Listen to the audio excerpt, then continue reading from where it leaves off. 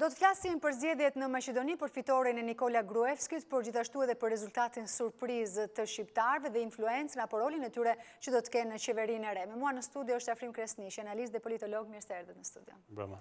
Zoti Kresniqi, fillimisht e prisit një fitore të Gruevskit pas gjithë atyre skandaleve të denoncuara nga opozita, por veçanërisht nga lideri i LSDM-s Zoran Zaev, dhe që le të themi kishin krijuar idenë se maqedonasit, por edhe shqiptarët ishin të lodhur nga kjo klasë politike dhe nga kjo qeveri që ata i quanin të korruptuar, pasi mbushën dhe sheshet, ju e dini shumë mirë në Maqedoni dhe në Shkup gjatë gjithë krizës 2 vjeçare politike. Po në fakt nëse ne shohim nga këndvështrimi jashtëm duket sikur është kështu, por gjithmonë në gjitha sondazhet e zhvilluara në Maqedoni, partia e tij ishte partia e parë. Për shkak të një lloj trendi që ai ka ruajtur, në atë që quhet leadership politik, një lloj trendi nacionalist, domethënë duke kërkuar një identitet të cilët maqedonësit nuk e kanë dhe kanë parë tek ai si njeriu parti së identitetit, edhe për shkak të përçarjeve që kanë ndodhur tek e majta në Maqedoni. Dhe për këtë arsye ai shihej si partia dominuese dhe nuk pritej madje që rezultati i tij ishte kaq i ngushtë në raport me palën tjetër. Në aspektin ballkanik është vetëm lider politik që ka fituar 4 zgjedhje dhe 2 prej tyre fillimisht i ka shpallur vetë parakoshme dhe kjo ishte zgjedhja e tretë e parakoshme e fituar prej tij. Kështu që në aspektin po dhe menaxhimit elektoral ishte një makinë elektorale suksesshme. Por më shumë sa kaq vlen çfarë ai sjell për Maqedoninë dhe çfarë sjell për shqiptarët dhe çfarë sjell për stabilitetin. Modeli i tij politik është modeli i tipik i një elite politike të korruptuar.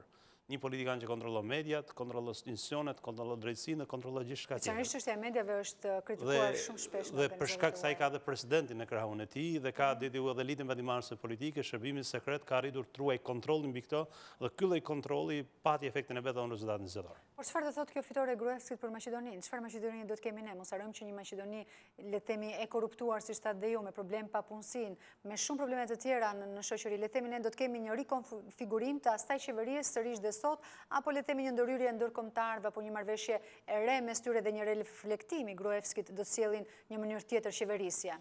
Kriza politike në Maqedoni nuk solli zgjedhjet me idenë që zgjedhjet do ofronin zgjidhje për krizën. Dhe praktikisht kriza nuk u zgjidh. Do thotë kriza vazhdon dhe madje ka marrë përpasa të tjera, sepse edhe opozita është konfirmuar tashmë si një, po themi, potencial shumë i madh, me numër mandatash minimal që ndahet nga mazhoranca. Dhe pala shqiptare do jetë përcaktuese se kush do jetë mazhoranca në qeveri. Por ne duhet të kemi edhe disa detaje të tjera parasysh. Për shembull, në mitingun kryesor politik të partisë së Gruevskit, përshëndeti ministri i jashtëm austriak, që është një nga zërat kryesorë në Bashkimin Evropian. Është vetëm një rast, në Shqipëri nuk ka ndodhur kurrë që një ministër i jashtëm i një vendi të flasë me ti.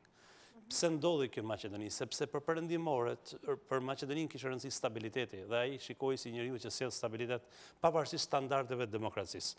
Dhe nëse e marrin veçuar kështu, duket sikur kjo skem funksionoi dhe sot kemi ministrin e jashtëm austriak i cili e përshëndeti dhe ministri i jashtëm hungarez. Të dy palët kërkuan që qeveria të fillojë menjëherë punë dhe përshëndet përfitoren, që është dallimi i madh me ato standarde demokratike që ne kemi perceptimin për Maqedoninë. Kjo do thotë që ndërkombëtarët e themi nuk kanë parë si njëri të fuqishëm Zoran Zaev apo kundërshtarët e tij.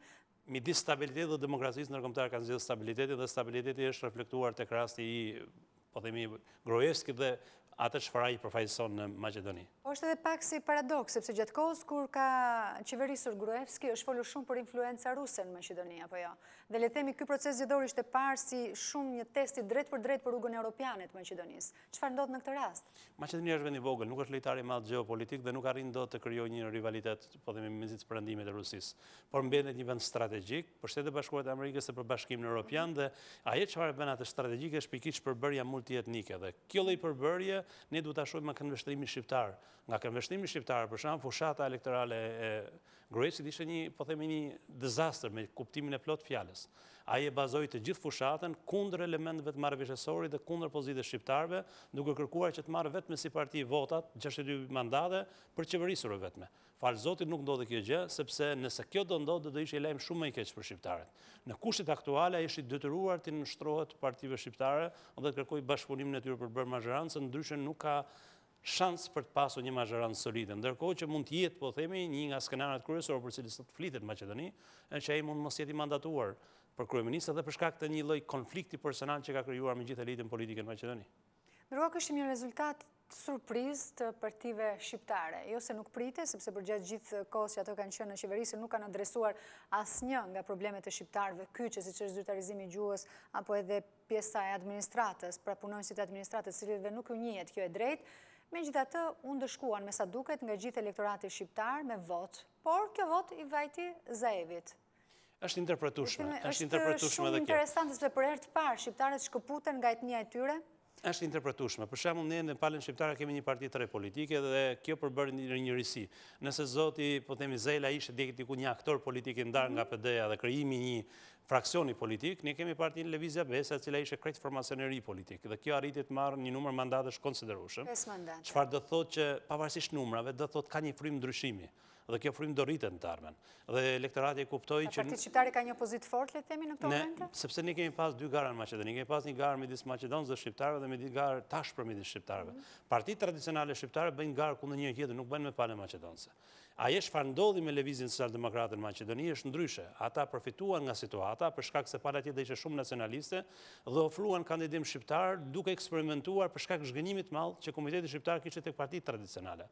BDU-ja dikur ka qenë partia shqirimtare në Maqedoni, por me kalimin e viteve u kthye një parti klienteliste, me gjithë kuptimet e fjalës, e cila refuzoi atë çfarë quhet sistemi i konkurrencës dhe meritës dhe një numër individësh që nuk e gjetën veten pranë asaj, u detyruan të kërkojnë rrugë zgjidhje të tjera.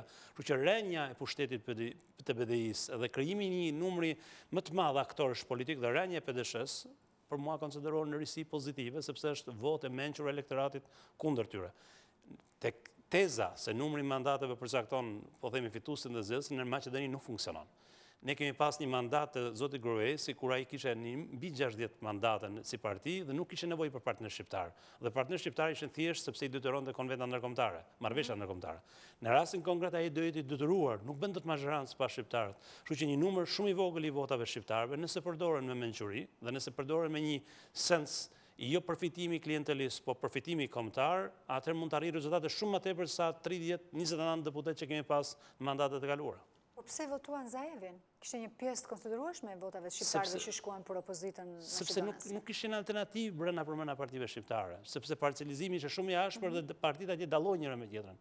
Pothuajse të gjitha kanë një sistem mbyllur konkurrencë dhe sistem personalizuar politikës.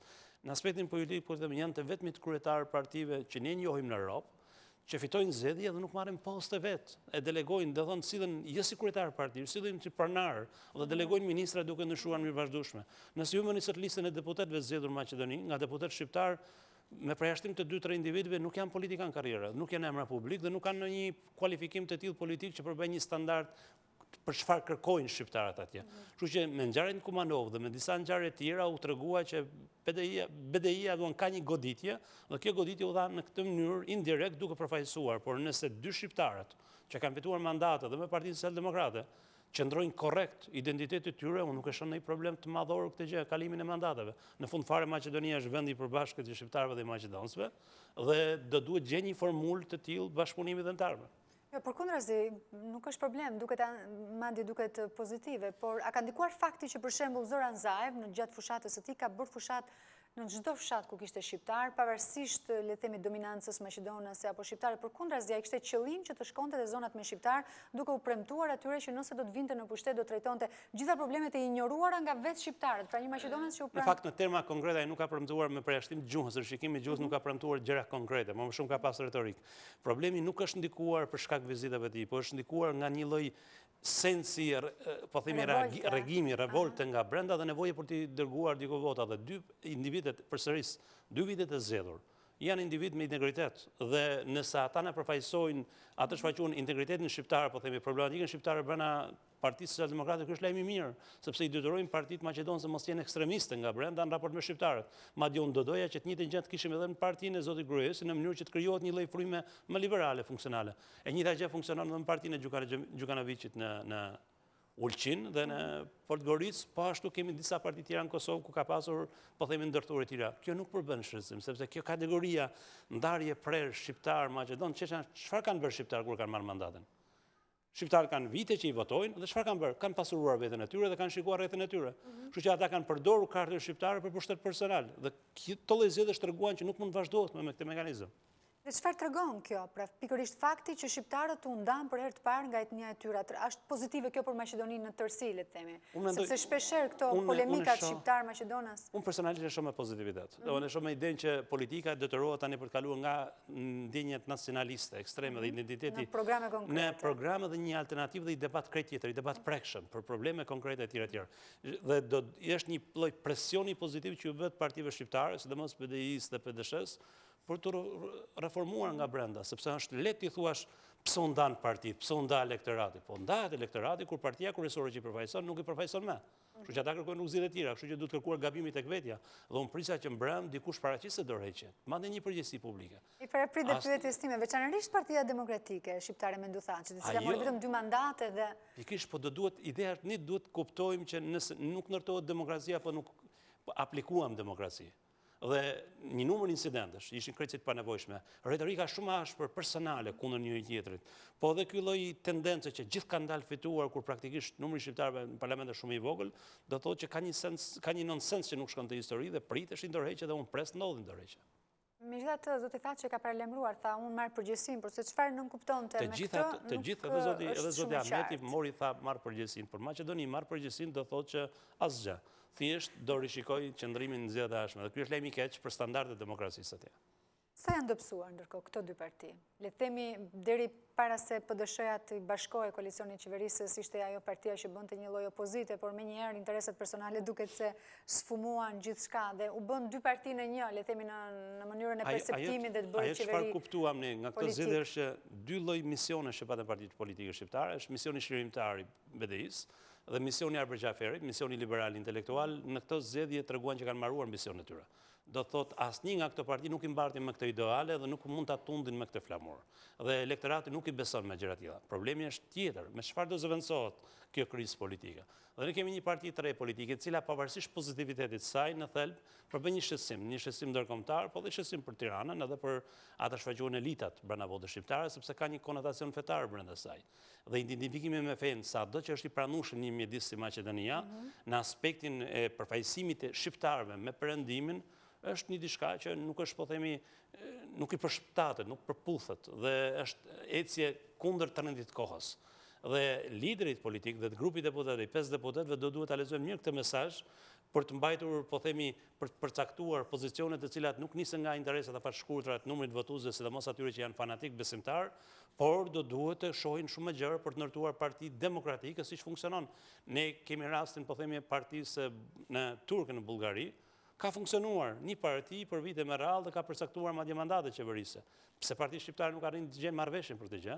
Pse ata nuk arrin të kuptojnë që gjërat që i ndajnë janë minimale dhe pse bëjnë lojra me identitetin dhe lojra, po themi, edhe me atë që shfaqohen me kërcënim ose me përdorimit metodave demokratike, siç ndodhen gjitha në këtë zgjedhje.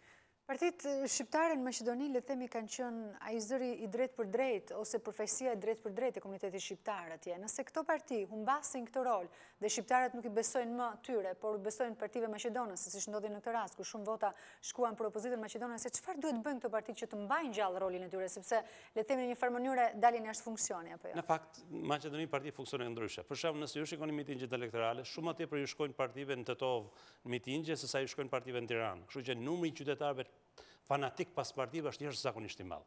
Ka një militantizëm theksuar. Ka një militantizëm theksuar, edhe për shkak të presionit që ka nga pala maqedonëse dhe e kërkojnë partitë dhe diku si identitet, si shprehje, por edhe si krahin, edhe si identitet lokal.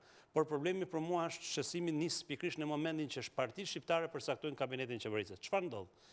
Në vitet e para të tranzicionit, kur një parti shqiptare e kurszonte koalicionin qeverisës, nxirrte sa pika programi dhe kush i aplikonte atë programit në mënyrë automatike bëj partner në qeveri dhe bëj fjalë për marrëveshjen e Ohrit dhe implementimin vitet e para saj. Kurse sot ne kemi arritur një situatë tjetër. Elitat politike janë korruptuara dhe ajo parti që hyn në koalicion nuk është partia që vendos kushte, është partia që vendos më pak kushte. Do thot partitë shqiptare në vend që ti kërkojnë palës maqedonëse që je i kurzuar nga ne, kërkojmë kryetarin e parlamentit, kërkojmë 3-4 pikat marrëveshjes së Ohrit ose pika të reja. Siç ndodh në vendin tonë. Ministrit jepen sepse janë ministri fiktive, por sepse kontrolli politik është nga pala tjetër, por përfaqësim në sistemin kushtetues të Maqedonisë, jo në ndarjen e posteve në administratë. Nëse këto bëjnë, pala tjetër del me herë, thotë, unë kërkoj shumë më pak, ma jep mua, dhe pala tjetër shumë më pak, kështu që oferta më e vogël pranojnë qeveri. Konkurrenca në nivelit të ulët dëmton shumë pozitën shqiptare, kështu që nëse ka gjë sot për cilën ne mund të apelojmë në Maqedoni janë 2 pika. Një nevoja për një rritje standardit të stekës kërkesave shqiptare dhe kërkesa parimore, që praktikisht të gjithë liderit politik i deklarojnë fushat, por ndryshe veprojnë pas fushatës, dhe e dyta nevoja për reformim thellë partive politike dhe përfaqësimit politik shqiptar në Maqedoni. Duke qenë se jemi këtu, mund të sjellë diçka të re Besa, si e shikoni këtë lëvizje? besa është shumë e re për të arritë për të nëshuar spektrin politik. Dhe besa është e detyruar në gjitha rastet të bëhet pjesë e koalicioneve dhe vetë fakti që ajo ka zgjedhur për shembull si aleat kryesor PD-shin ka një nonsens, sepse ka hyrë për të nëshuar sistemin dhe ka zgjedhur një palë sistemin si aleat kryesor. Por gjithsesi është një grup i djemve të ri, të cilët nuk marrin përgjegjësi për gabimet e të kaluarës, kanë pas një sjellje tjetër shumë më pozitive në publik dhe unë mirëpres me idenë që të ketë diçka ndryshe dhe një konkurrencë më serioz. Pastaj se si ata do mbajnë dhe se si do respektojnë atë çfarë unë thashë parë, identitetin politik, identitetin kombëtar, identitetin shtetëror, atë nxjerrë liderëve politik të kësaj partie dhe atyre që fshihen pas, sepse është një parti shumë e përkrahur nga qartët e caktuara edhe në Tiranë, edhe në Prishtinë, po edhe në kryeqytetet e tjera të rajonit, ndonjë kryeqytet tjetër. Ndërkohë, si shikoni konfigurimin e qeverisë? Çfarë koalicioni pritet, le të themi, apo është... Nëse qeveria vazhdon të ruajë që praktikisht zgjidhja më normale është dy partner kryesor, partneri Maqedonisë Gruevskit dhe partneri i BDI-s, në mënyrë më një kryeministër tjetër, mund të ndodhë, por keni parasysh... Një tjetër kryeministër? Kam përshtypjen me një tjetër kryeministër, sepse do jetë shumë e vështirë të krijohet një kabinet me Gruevskën në këtë rrethana dhe do ishte absurd edhe BDI-n nëse pranon këtë lloj aventure. Por nëse kjo ndodh, atëherë do thotë të gjithë fati mazharancës do varet një votë, kështu që praktikisht ata do të kërkojnë aleat të tjerë politik. Dhe aleat të tjerë politik do të kërkojnë brenda shqiptarëve, sepse nga pala maqedonëse nuk ka subjekt tjetër përfaqësuar. Dhe në këto lloj rrethanash, çështja është që Partia Shqiptare duhet të jenë korrekt me premtimet që kanë dhënë, sepse në ndjenin time një ose dy prej tyre ngatshëm bëjnë koalicion në çdo lloj rrethane dhe kanë treguar në vitet e kaluara që janë ngatshëm bëjnë koalicion për pushtetin, sepse sa më dobët atje është më lehtë bëjnë koalicion. Dhe nga ana tjetër është nëse kjo dështon një mandat caktuar, një afat caktuar, atë mund të kemi një koalicion gjerë të opozitës me 3 faktorë të tjerë shqiptar. Po dhe kjo mund të jetë e mirë për momentin, por nuk do arrijë dot të zgjidh problemet e mëdha. Kështu që një ide e hedhur sot edhe nga Besa, po edhe nga një grup liberalesh, po themi edhe palës maqedonëse, por një qeveri teknika, një qeveri të koalicionit të madh për zgjidh problematikat kryesore dhe për ta çuar vendin drejt një procesi të ri, për mua do ishte zgjidhja ideale. Është e çuditshme dhe është, po themi, duket në kontrast thellë ta thuash ditën e zgjedhjeve që zgjidhja më mirë është vajtja drejt zgjedhjeve të reja, por Maqedonia me këtë konflikt kaq thellë politik nuk ka të armë, kështu që është detyruar të ndryshojë kursin politik. Kjo fitore për Gruevskin, çfarë do thotë? A shforcuar figura e tij? Jo, për mua është modeli Erdogan Ballkan. Është tipike modeli individëve që drejtojnë gjithçka, kontrollojnë gjithçka, janë super të pasur, kontrollojnë organet e drejtësisë, kontrollojnë organet e sigurisë, kontrollojnë parti politike dhe përdorin nacionalizmin për qëllimet afashkurta elektorale. Ai çfarë ndodhi me historikun, me qendrën historike të Shkupit është tipike e tij. Por në aspektin shqiptar është shumë interesante që për shembull Tirana zyrtare nuk u përfshi fare. Nuk u përfshi, duke sikur është sjellje korrekte, por është një lloj si sillet Namibia. Shqipëria nuk mund sillet si Namibia. Do sillet si vend që me kushtetutë ka për detyrë të luajë një rol aktiv dhe një rol pozitiv edhe brenda faktorit shqiptar. Dhe një përpjekje për të njësuar 3 grupet e opozitës do kishte qenë shumë, po themi, produktive, sepse nëse i bashkojmë 3 grupet e opozitës, atë do ishin subjekti kryesor përcaktues i votës shqiptar dhe i mazharancës në Maqedoni. Kështu që Shqipëria nuk duhet të qëndronte me konfliktet e ditës në Tiranë, po duhet luajë një rol aktiv, sepse edhe politika jashtme e jona këtu do fokusohet në Kosovë, Prishtinë dhe në rajon. Nuk mund të jemi ne në çështjet gjeopolitike globale. Të falenderoj shumë që ishit në studio. Faleminderit. Nderuar miq, kemi mbërritur në fund të këtij edicioni. Faleminderit që na ndoqët, ju qëndroni në Ora News, është vetëm pas pak Tunajt Ilvatare.